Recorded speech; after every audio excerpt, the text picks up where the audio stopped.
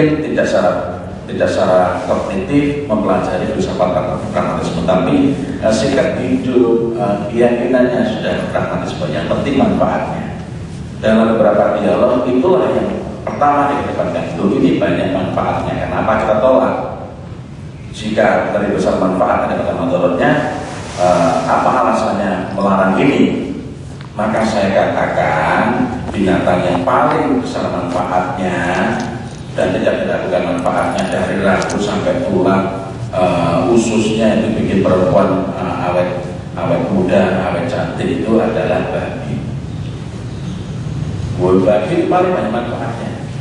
Kenapa penjelian air, kalau kita mau beli air minum isi ulang itu, kenapa penjelian air itu harus pakai sertifikat halal? Karena salah satu penjernih air yang sangat efektif itu justru berbahan remukan serpihan tulang-tulang babi. Ada dua yang efektif, serpihan tulang babi atau pasir laut ya, yang sudah kelihatan. Dan sebenarnya di samping ada bahan-bahan lain yang juga sangat bagus tapi lebih mahal. Tulang babi kan lebih kurang, menemukannya juga lebih mudah menemukan babi dibanding menemukan saya, gitu ya. Meskipun saya sudah sangat gemuk itu. Apa yang tidak bermanfaat dari babi? Sehingga seandainya Lord Baden-Powell dulu itu mengerti manfaatnya babi, mungkin si dulu rambukan itu bukan tunas kelapa, tapi babi. Contoh lain di Quran jelas dikatakan manfaatnya ada. Hanya saja manfaatnya jelas kelihatan juga. Apa itu? Khamr. Karenanya ketika kita berbincang, pokok persoalan yang perlu kita pastikan itu benar salahnya dulu daripada maslahat manfaatnya, daripada manfaatnya.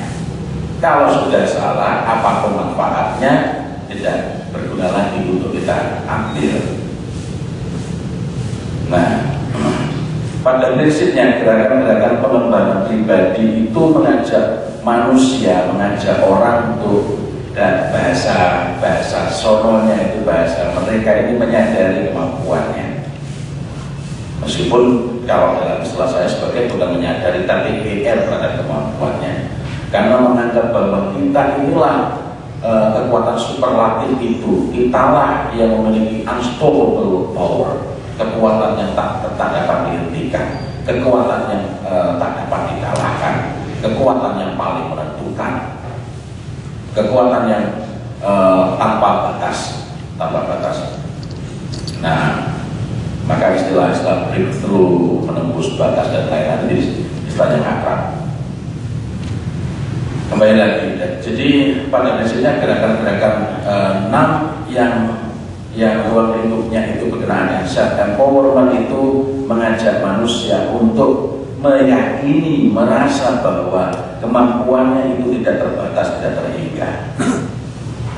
Dan ini pelan-pelan pas, apalagi buat orang yang lagi lagi drop mentalnya, lagi nyaris putus asa, itu kan pas ketika mendengar katakan saya bisa, saya pasti bisa, tidak ada yang tidak mungkin.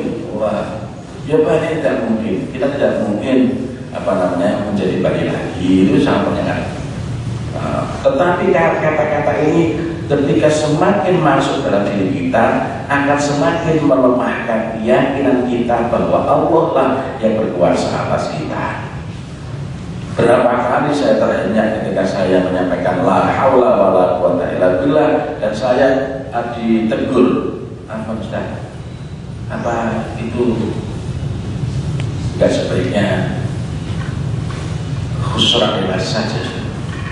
Maksudnya anak-anak kan perlu membangun percaya diri. Tidak.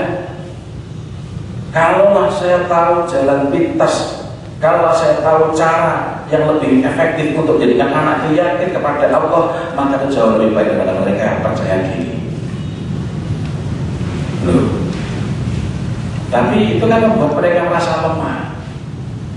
Lihatlah generasi-generasi Islam terdahulu, ketika mereka yakin la haula wala quwata illa billah, maka mereka ketika bertemu dengan orang-orang yang lebih besar badannya, lebih menggetarkan namanya, mereka tidak gedel. Kenapa? Karena Tuhannya Allah SWT jauh lebih besar, maha lebih besar.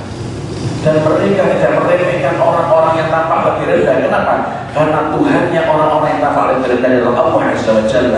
Tuhannya maha lebih besar, sehingga tidak pantas direndahkan. Maka kita menjumpai pada masa itu, pada generasi-generasi awal Islam ini, pakaiannya lusuh, nggak pakai dasi, nggak pakai aksesoris. Rambutnya kusut dan berdebu, tetapi mereka bisa tegar masuk istana para raja tanpa turun dari keledainya, tanpa turun dari kudanya, kepala tidak tunduk, langkah tak tegak, bukan karena sombong, tapi karena tidak ada kegentaran dalam dirinya, bahkan kepada kaisar-kaisar sekalipun. Hari ini ketika kita berbicara tentang percaya diri, justru yang kita lakukan adalah dengan memperbanyak aksesoris. Yang sebenarnya itu adalah teknik untuk menjadikan orang menganggap kita lebih hebat daripada yang sebenarnya. Maka dalam sebuah acara itu dari awal prolognya itu sudah membuat kita terkesima, ya, musik yang menderu-deru,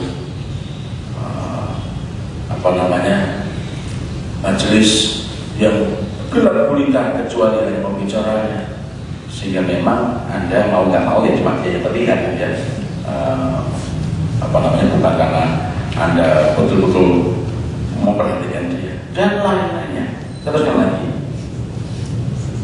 Jadi keyakinan pokok di sini adalah kekuatan manusia itu tidak terbatas, tidak terhingga untuk mencapai level kemampuan, kekayaan, wealth, power, ability, kehidupan yang damai, penuh sukacita. Jadi jauh sekali dengan perbincangan tentang zuhud itu ya. Yang ada adalah tanakum. Tanakum itu lawan kata dari zuhud. Tanakum itu adalah gaya hidup untuk hidup itu ngapain ya, bernikmat-nikmat. Sukses itu kalau kita bisa pakai tas Hermes yang harganya 2 miliar. Sukses itu adalah kalau kita bisa melipat gandakan kekayaan dalam waktu sekejap. Maka bacalah surat Al-Humazah. Oh iya, bacalah Al-Humazah. Orang yang mengumpulkan kekayaan tanpa memenuhi hak Allah, celaka dia. Apalagi yang menghitung-hitungnya. Nanti Pak ini bukan bidang saya, itu bukan bagian saya. Cuma ketika saya mendengar itu, waduh, sebagaimana seseorang yang hanya memperturutkan passionnya terhadap dunia ini, maka bacalah at-takatsur, alhaakumut takatsur hatta zurtumul maqabir. Kalau kita memperturut itu, kuburan yang dimengerti. Teruskan lagi. Cinta. Kalau Anda gak memfollow pun, tapi Anda berduit itu adalah ya, ada duit yang sesat. Cinta itu suci jari sopo. Siapa yang bilang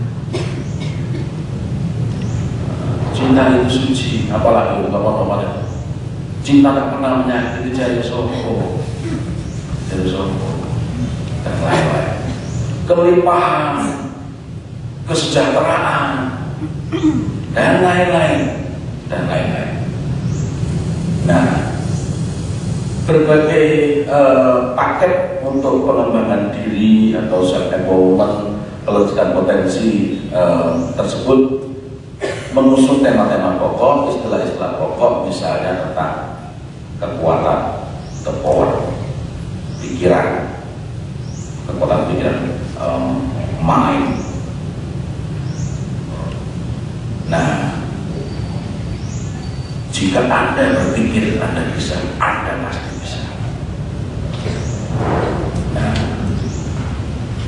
ada ungkapan-ungkapan yang dulu kita sudah akrab, itu berbahasa kata mutiara saja. Tetapi sekarang ini memperoleh momentum untuk kita yakini sangat berlebih. Manjada wajad itu sebenarnya hanyalah untuk untuk meyakinkan kita, itu bukan hadis, itu kata mutiara penasihat suku-suku dia akan mendapatkannya. Tetapi sekarang ini memperoleh momentum bahwa yang paling menentukan, penentu pokok, penentu utama, bahkan sampai pada keyakinan penentu tunggal dari apa yang akan kita raih, tidak ada yang tidak perlu kita raih jika kita bersungguh-sungguh. Padahal yang tidak juga. Apakah Nabi Syuaib itu kurang kesungguhannya? Apakah Nabi Syuaib itu kurang besarnya keinginan untuk memberikan hidayah kepada manusia? Tapi berapa followernya? Jadi kalau follower kita banyak di Twitter, jangan bangga. Karena kalau follower banyak itu, setan juga banyak followernya ya. Berapa followernya? Kader dakwahnya Nabi Syuaib berapa? Cuma satu. Saya teruskan lagi. Kemudian potensi alam semesta, sehingga kita mengatakan tanpa sadar kalimat-kalimat yang mendekatkan atau bahkan menjatuhkan kita kepada syirikat. Alam memberi kita, sehingga karenanya kita harus berbuat baik pada alam dengan alasan rahmatan lil alamin. Itu kan kota makhluk. Rahmatan lil alamin itu tidak ada hubungannya dengan alam semesta. Rahmatan lil alamin itu hubungannya dengan ketaatan kita kepada apa yang dibawakan oleh Rasulullah Shallallahu Alaihi Wasallam. Ayat itu bukan berkenaan dengan Islam itu agama rahmatan lil alamin. Tidak ada sejumlah ayat pun yang mengatakan bahwa Islam itu agama rahmatan lil alamin. Loh itu. Tetapi ayat itu wa ma arsalnaka illa rahmatan lil alamin, dan tidaklah aku utus engkau wahai Muhammad kecuali sebagai rahmat bagi seluruh alam. Artinya kita tidak bisa memperoleh rahmat, kita tidak bisa mendapatkan rahmat kecuali dengan mengikuti sesuatu yang untuk itu Muhammad SAW diutus. Sama kalau rumah sakit Sarjito berdiri di sebelah kita ini untuk menyehatkan masyarakat, tidak otomatis masyarakat sehat. Yang sakit dekat Sarjito ya ada, dalam Sarjito ada yang sakit ya. Siapa yang bisa menyehatkan diri? Yang mengikuti apa-apa yang diinstruksikan. Terus lagi. Nah, kekuatan alam itu nanti macam-macam istilahnya. Ada yang disebut sebagai kekuatan universal atau bahkan anak pada diri sendiri. Nah, ini hal-hal pokoknya. Nah, berawal dari keyakinan ini, maka mengembangkan juga keyakinan bahwa manusia itu memiliki kekuatan yang luar biasa, unstoppable power, kekuatan yang tak dapat dihentikan oleh siapapun. Nah, berkaitan dengan motivasi manusia, saya ketika Anda bertanya, Pak, kalau kita nggak meyakini kita punya kekuatan, apa kita bisa sukses? Berkaitan dengan motivasi manusia, ada 3 tipe manusia. Yang pertama adalah man of power, manusia yang merasa bersemangat, manusia yang bergairah, manusia yang berani bersungguh-sungguh jika dia meyakini bahwa dirinya memiliki kekuatan. Maka apapun yang dilakukan dalam rangka menghibur kekuatan. Sholat pun bukan untuk taat kepada Allah, tapi karena ada di Tuhan. Bahkan itu tidak ada hadisnya. Nanti jangan ada lebih parah lagi nanti kalau sampai ada energi sholat jenazah, enggak ada. Senyum pun kenapa senyum? Karena kita ingin meraih kekuatannya. The power of smile. Kenapa tersenyum? Bukan karena ramah pada orang lain, tapi karena manfaatnya bagi diri sendiri. Kenapa kita memberi? Karena the power of giving itu yang kita mau raih. Kenapa macam-macam banyak terus. Yang kedua adalah man of purpose. Manusia yang bergerak karena dia punya tujuan yang sangat kuat. Apapun dilakukan dia rela upaya-upaya demi meraih tujuannya. Apakah ini benar? Tergantung apa tujuannya. Kemudian man of vision. Manusia yang tergerak karena dia punya cita-cita. Apa bedanya purpose dengan vision tadi? Vision tadi adalah ada sesuatu yang mau diwujudkan. Dia memaafkan kenapa? Karena kalau tidak maafkan yang mengganggu pencapaian dia terhadap apa yang ingin dia raih. Ya harus menggawai sekarang kita bersabar dulu lah.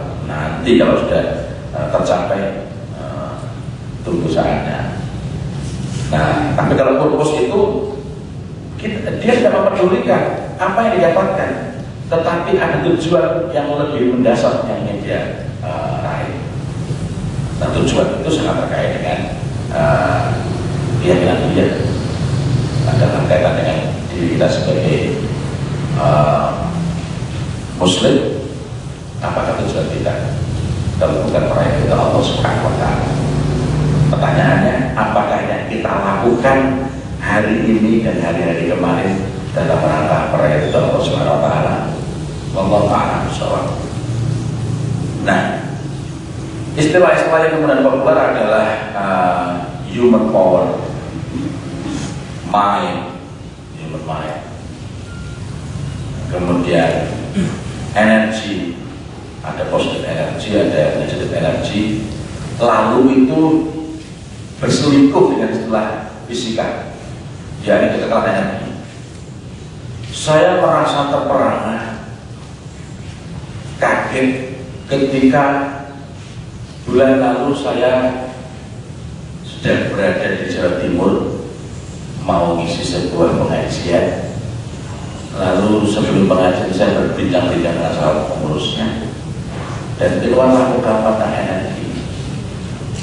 Ya Pak, ini kan ini kita pokoknya apapun yang kita lakukan agar kita semakin memiliki energi positif yang banyak. Semakin besar energi positif itu nanti akan memudahkan untuk mencapai apapun dan menepis yang negatif. Loh, apakah dasarnya dia mengatakan bahwa semakin kita punya banyak energi positif, itu betul juga dari positif itu, maka kita akan dengan mudah menghilangkan energi negatif. Apakah Rasulullah itu karena kebaikannya? Tapi apakah Rasulullah itu hidupnya terus berkelimpahan kemewahan, serba hidup enak dan tidak ada kesulitan? Kalau kita pelajari bahkan dakwah Rasulullah adalah dakwah yang sangat berat dan penuh dengan ancaman, penuh dengan kesulitan. Nah, yang lebih berbahaya lagi adalah keyakinan tentang kekekalan energi dan seakan-akan energi itu bermetamorfosis sehingga nanti kalau kita mati itu tidak ada hubungannya dengan ikhlas atau tidak ikhlas. Karena energi positif itulah yang nanti akan menjelma bentuk menjadi surga. Ada yang sama seperti ini. Teman di dalamnya itu dari mana caranya? Cahaya, light. Ini saya temukan pada skrip skrip hipnosis itu ya. Dan kemudian ternyata ada kemiripan juga dengan skrip yang ada di sini. Maksudnya skrip yang ada di sini adalah skrip yang pada saat hipnoterapi yang disusun oleh terapis muslim. Nah, sebentar tak carikan dulu saya lihat di mana.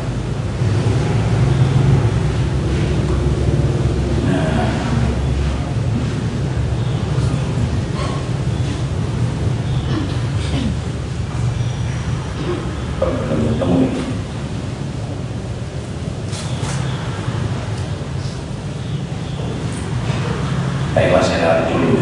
Tapi bunyinya begini. Kalau yang Inggrisnya masih apa?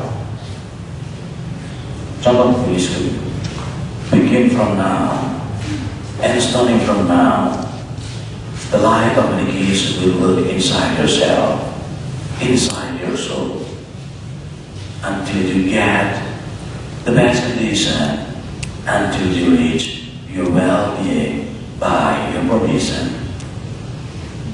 Jadi kayak cukup ya. Nah, kalau di dalam skrip tadi cahaya itu jangan dikaitkan dengan Allah Ta'ala. Cahaya itu adalah energi kosmis, energi alam semesta, kuasa alam, macam-macam lah. Nah, di bagian akhir adalah by your permission, dengan izin. Itu serupa dengan yang dengan Sumatera Barat itu. Saudara, sekarang bukalah hati Anda, relakanlah diri Anda, dan izinkanlah ridha Allah, barakah Allah masuk dalam diri Anda dengan izin Anda. Barakallahu fiik. Kayaknya bagus banget kan, kayaknya bagus banget. Nah, saya juga menemukan apa-apa begini. Mulai sekarang dan seterusnya, cahaya kesembuhan itu, ini dengan the light of communication, cahaya kesembuhan itu, atau cahaya itu, ada yang bukan cahaya kesembuhan, ada yang cahaya saja.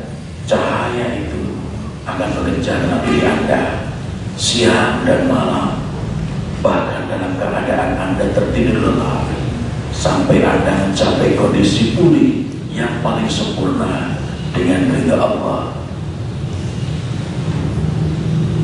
Anda menemukan nggak bermasalahnya skrip ini dari segi akidah? Anda menemukan nggak bermasalahnya skrip ini dari segi akidah? Saya ulangi lagi ya. Mulai sekarang cahaya itu akan bekerja dalam diri Anda terus-menerus, siang dan malam, bahkan dalam keadaan Anda tertidur lelap, sampai Anda mencapai keadaan pulih yang paling sempurna dengan ridha Allah. Letak rusaknya kalimat ini di mana bagi akidah kita? Pertama, pertanyaan, cahaya itu apa? Siapa? Nah, kalau cahaya itu adalah zat yang bukan Allah, kalau cahaya itu adalah zat yang bukan Allah, maka ada dua kemungkinan yang terjadi pada kita, yakni kufur atau syirik. Tuh, ya. Kok bisa?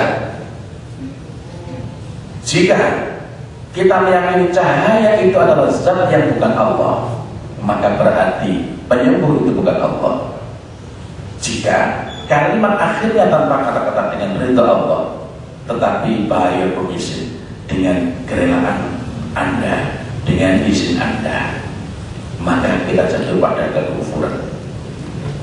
Tapi jika kita meyakini pada saat yang sama bahwa kesembuhan itu tidak akan terjadi tanpa izin Allah, ada cahaya kesembuhan yang itu bukan Allah dan itu bekerja dengan izin Allah, maka kita jatuh pada kesyirikan. Pertanyaan Anda barangkali, apakah kecintaan kepada Allah itu tidak cukup untuk menyelamatkan dari kesyirikan? Allah sendiri katakan bahwa orang syirik itu sebagiannya ada yang cinta kepada Allah, yuhibbunahu kahubbillah, mencintai sembahannya sebesar mereka mencintai Allah Subhanahu wa taala. Nah, adapun orang-orang mukmin itu asyaddu hubban lillah, amat sangat cintanya kepada Allah. Enggak ada buat cahaya-cahaya atau energi positif, hepos atau energi negatif, enak dan lain-lain. Tapi jika dikatakan bahwa cahaya kesembuhan itu, cahaya kesembuhan atau energi kesembuhan, apapun istilah itu adalah asyifa. Sebagian terapis muslim mengatakan itu asyifa. Asyifa itu siapa? Allah. Ada yang rancu di sini. Allah kok betul itu apa? Jangan-jangan kita telah terjatuh pada kekufuran berikutnya atau pada kesyirikan yang mengandaikan bahwa Allah itu kayak kita itu. Nah, jadi dari sini karena memang akte kelahirannya hipno ini tidak terlepas dari masalah akidah. Jadi kita utak-atik itu agak susah terlepas dari keburukan atau kerusakan akidah. Bukan tidak ada manfaatnya, karena sebagaimana saya katakan tadi, itu comot-comot berbagai teknik. Comot-comot berbagai teknik. Sekali lagi ini belum membincang secara khusus satu persatu. Nanti mudah-mudahan pada lain kesempatan akan kita bisa merunut sejarahnya. Nah, saya teruskan lagi.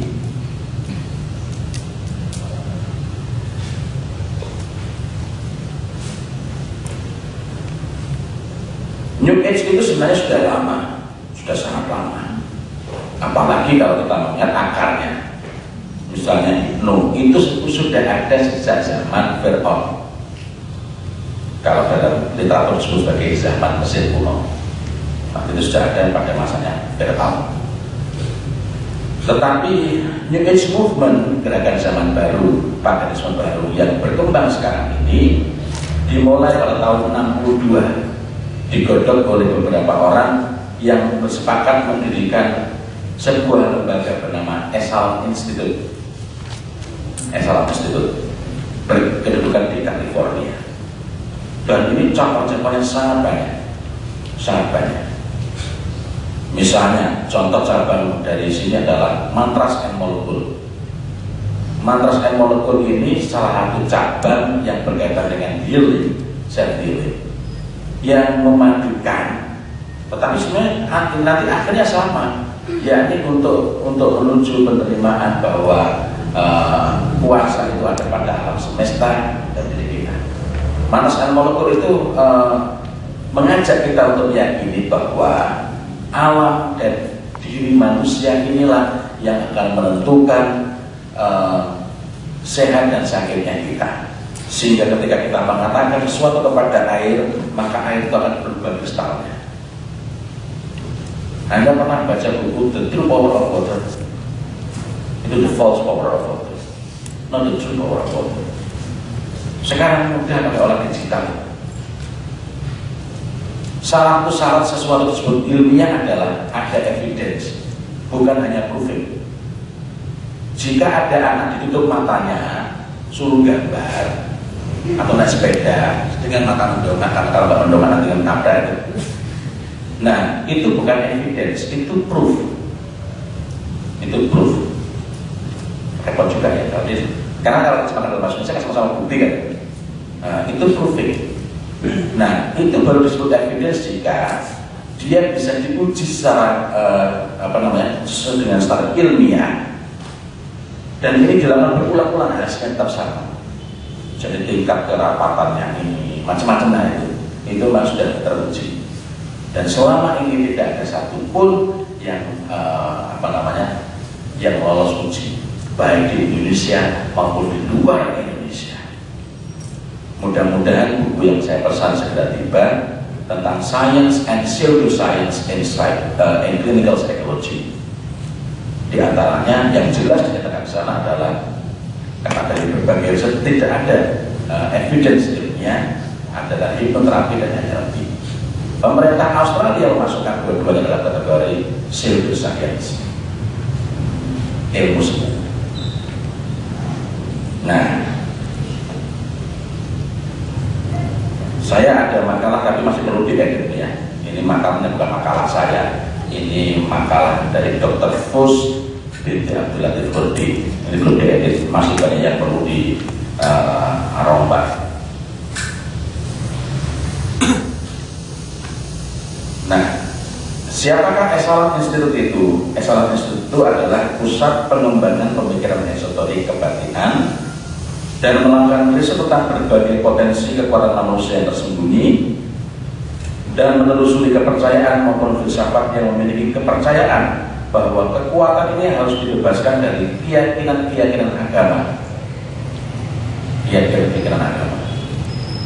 Sehingga jika Anda mengikuti berbagai pelatihan yang berhubungan dengan spiritualitas saat ini cenderung arahnya terlepas dari agama. Spiritualism without God atau spiritualism beyond God.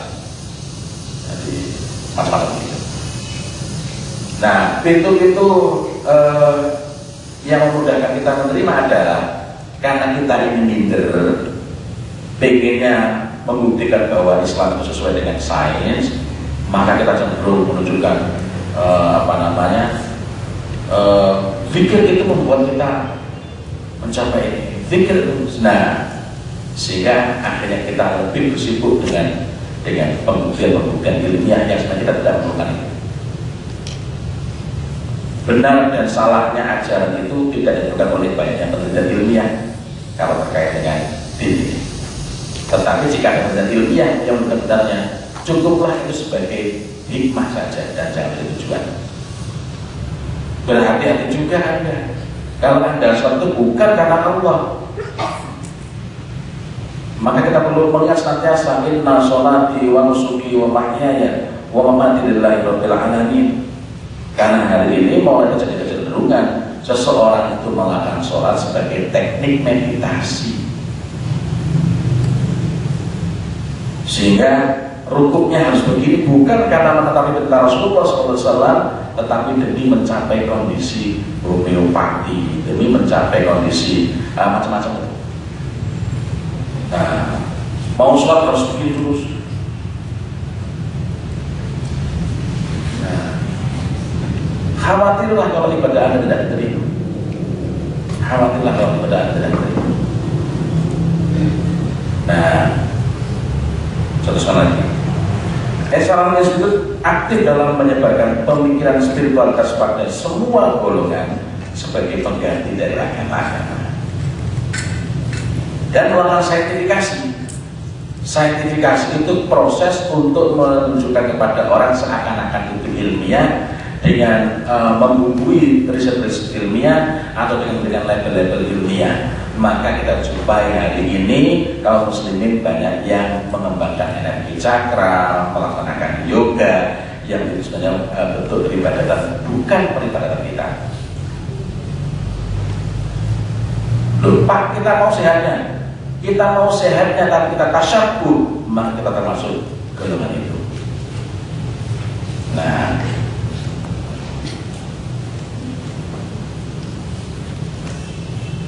ini banyak sekali ya. Saya lompat saja.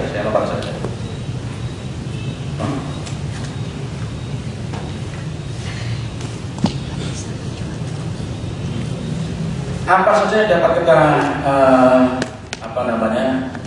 kenali dari enam ini? Karena percabangannya sangat luas, itu banyak sekali ragamnya, tetapi ada prinsip-prinsip yang sama. Variannya bisa bermacam-macam, tapi ada prinsip-prinsip yang menyamakan. Yang pertama adalah keyakinan bahwa segala sesuatu hanyalah penjabaran dari sumber energi tunggal. Sumber energi tunggal itu siapa? Ya, aktivis Islam yang Muslim ya mengatakan itu Allah. Yang non-Muslim ya mengatakan langsung dengan agama-agamanya. Dan ini nanti bertabrakan dengan agama-agama samawi. Karena itu tidak ada masalah dengan agama-agama ardi. Agama-agama samawi itu adalah Islam, Yahudi, Nasrani. Itu pasti bertahan dengan tiga agama itu. Ketika tiga agama itu masih memegangi agamanya. Hatta Nasrani yang yang mempercayai Trinitas pun akan akan bertentang, akan menolak keras.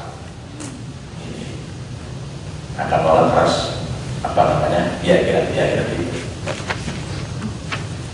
Nah, itu hanya bersesuaian dengan agama-agama arti, agama-agama hasil kontemplasi, misalnya Buddha, Zen, Tao.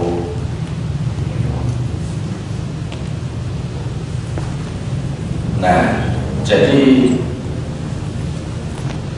apa namanya, segala seperti dari sumber energi tunggal, dan manusia itu adalah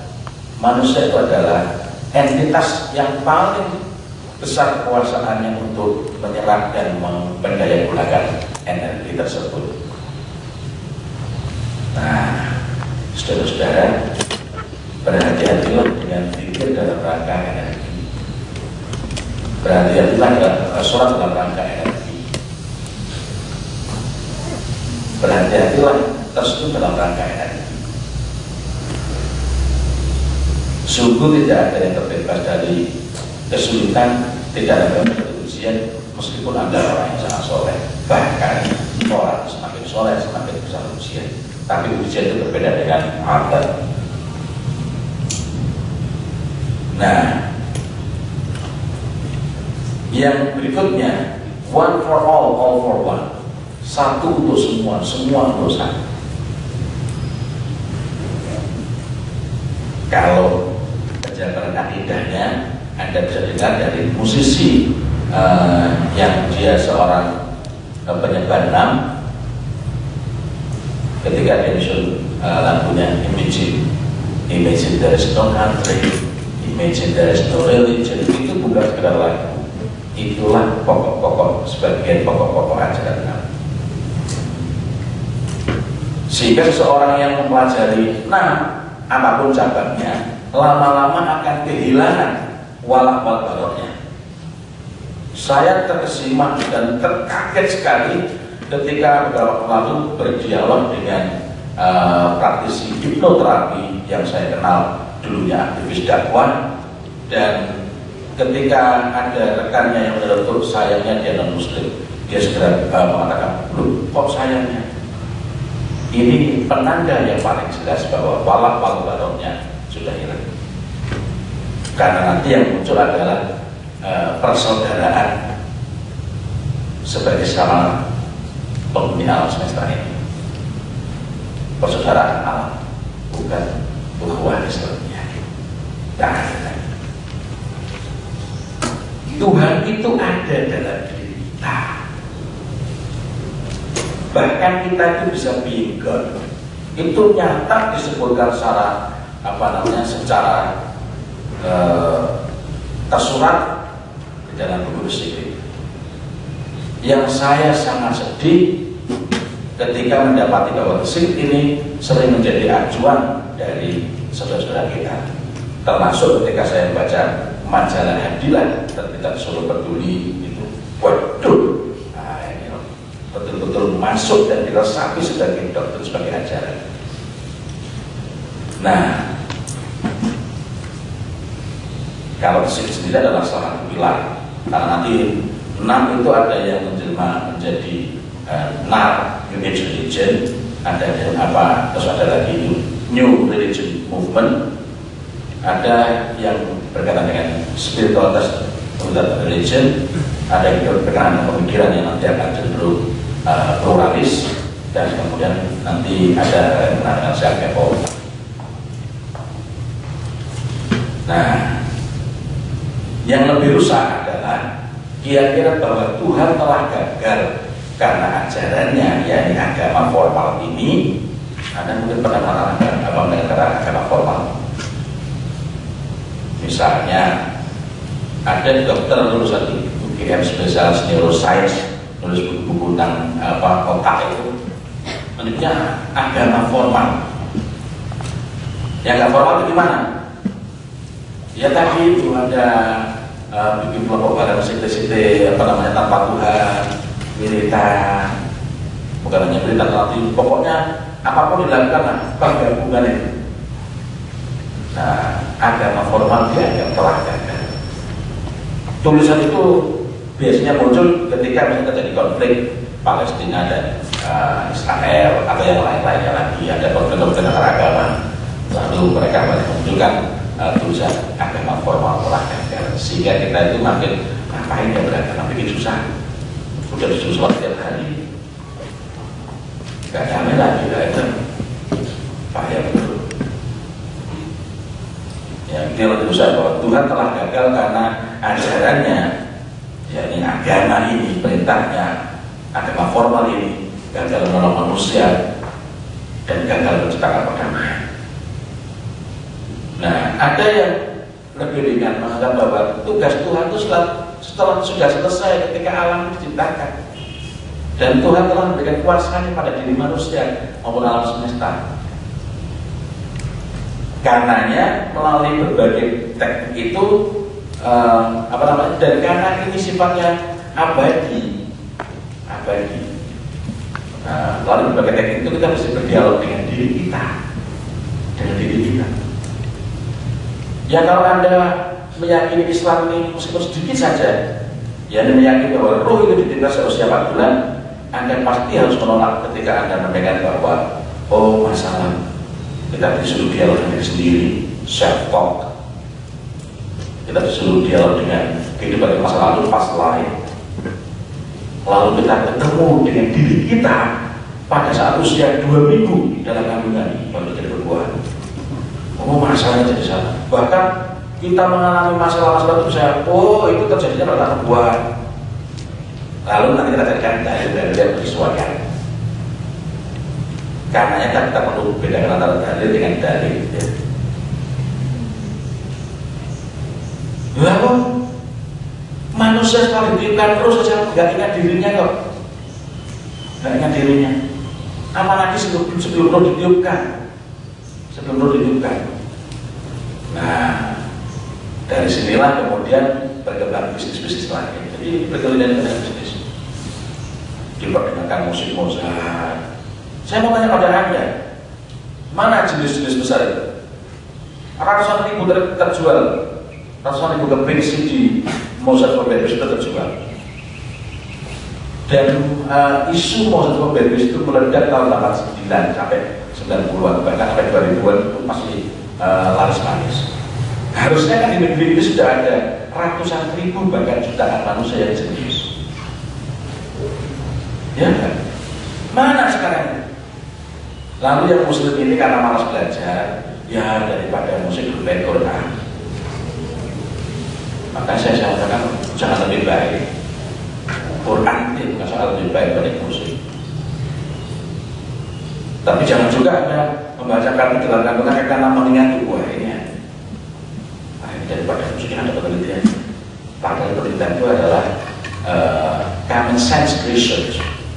Penelitian yang tidak dapat dibuktikan kembali karena ya sama seperti 99% perempuan remaja di Jogja dan perawan lagi.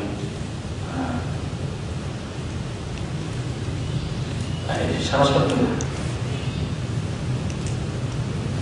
Nah kemudian berikutnya bahwa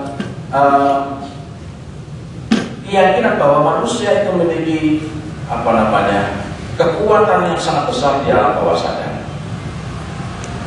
dan ini sangat bertabrakan dengan agama kita. Tidak bernilai amal soleh itu kalau Anda lakukan tanpa sadar. Sadar pun itu tidak bernilai kalau tidak secara sengaja Anda niati. Nah di sini nanti mereka juga punya istilah niat intention. Nah, tidak bernilai. Bahkan sudah diniati sebagai amal soleh itu tidak bernilai kalau caranya tidak benar. Jadi harus ikhlas dan benar. Nah, saudara-saudara,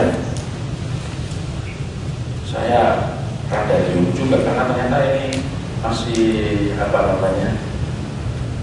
masih sangat panjang yang perlu kita perbincangan. Nah, kemudian karena kita memiliki kuasa yang sangat luar biasa, maka kita hilang menjadi pengendali bagi diri kita dan alam semesta.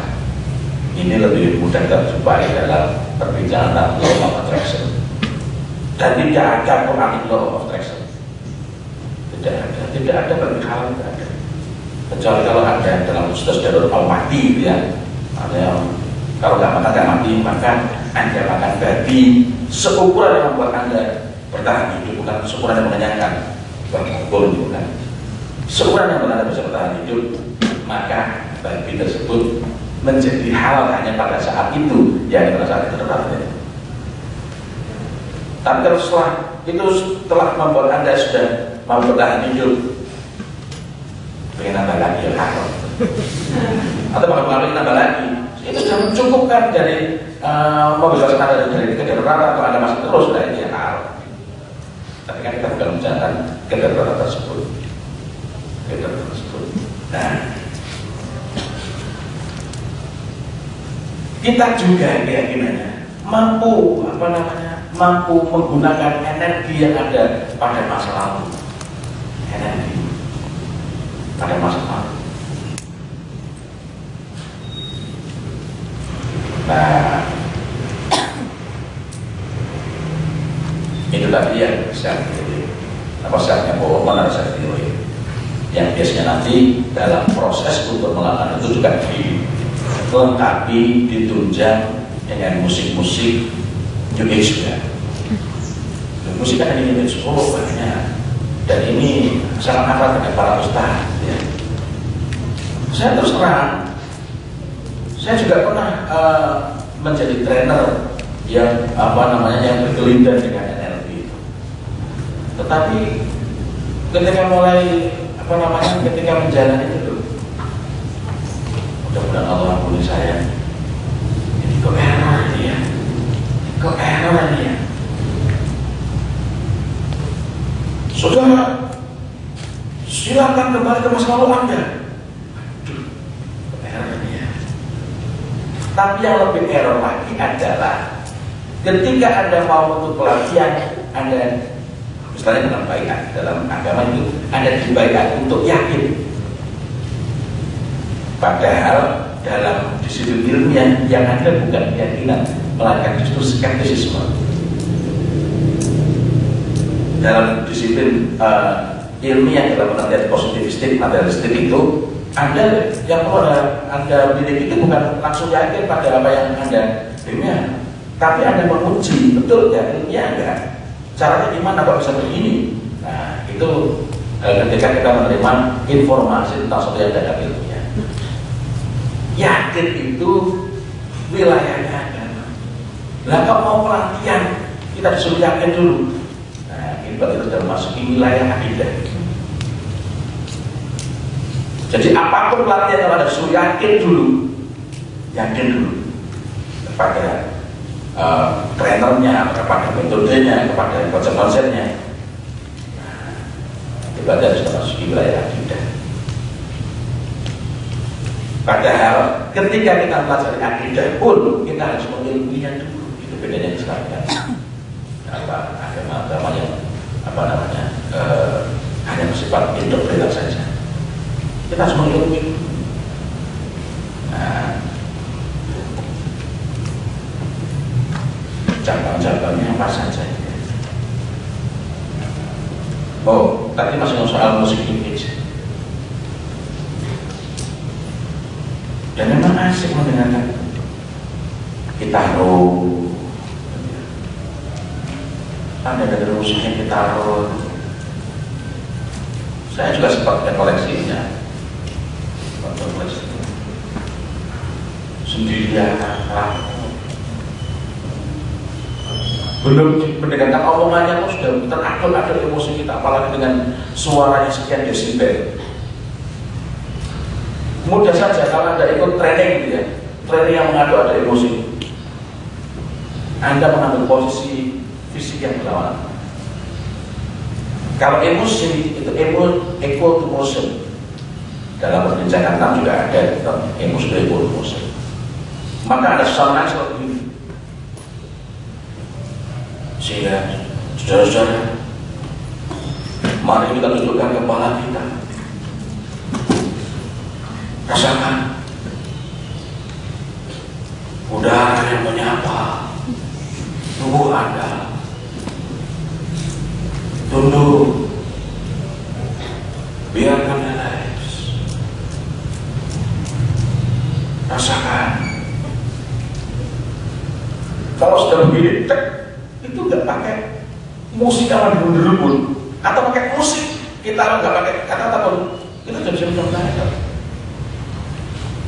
Saudara, apakah Anda tidak ingat dengan bapak ibu saudara di rumah yang sekarang sudah keriput, Pak?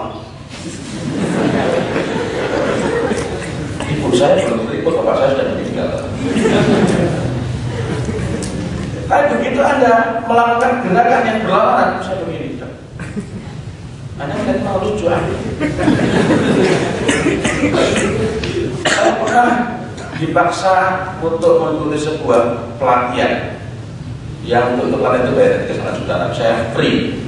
Oh, rupanya saya itu mau dijatuhkan sebagai atlet bidang. Ketika sudah menulis saya begini, pokoknya ketika sudah jilat-jilat saya nggak jilat-jilat. Kenapa?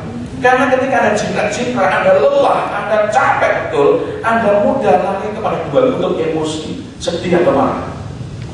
Maka kalau demo jangan kaki. Demo siang-siang, apalagi pas panas itu, wah itu mudah marah. Nah emosi menurut ketika sudah kombinasi komputer, sudah capek disuruh menunduk, suaranya saya lupa pada tingkat sekian berapa desibel, suara itu mudah sekali mengadu-adu emosi manusia. Di belakang sampai dan lain-lain. Maka kalau sesuatunya ngadat juga batin. Tapi kalau yang tersentuh itu jiwa Anda mendengarkannya begini, tetap bisa nangis. Bukan hanya di training itu, yang mungkin bukan training. Anda tetap bisa nangis. Dan itu bisa berhari-hari, kalau terus tidak menyadar. Tetapi dalam acara-acara yang hanya mengadu-adu emosi, Anda menjadi addicted. Kayaknya bulan depan saya sudah nangis minimal setiap tahun harus dicas lagi, apalagi dibubui. Saudara, kita adalah pribadi yang bisa terpengaruh. Syukurilah hidayah yang Allah berikan pada hari ini. Dan jagalah. Dan ingatlah bahwa kita terus-menerus perlu merecharge kembali, mengisi kembali energi spiritual kita. Oh iya.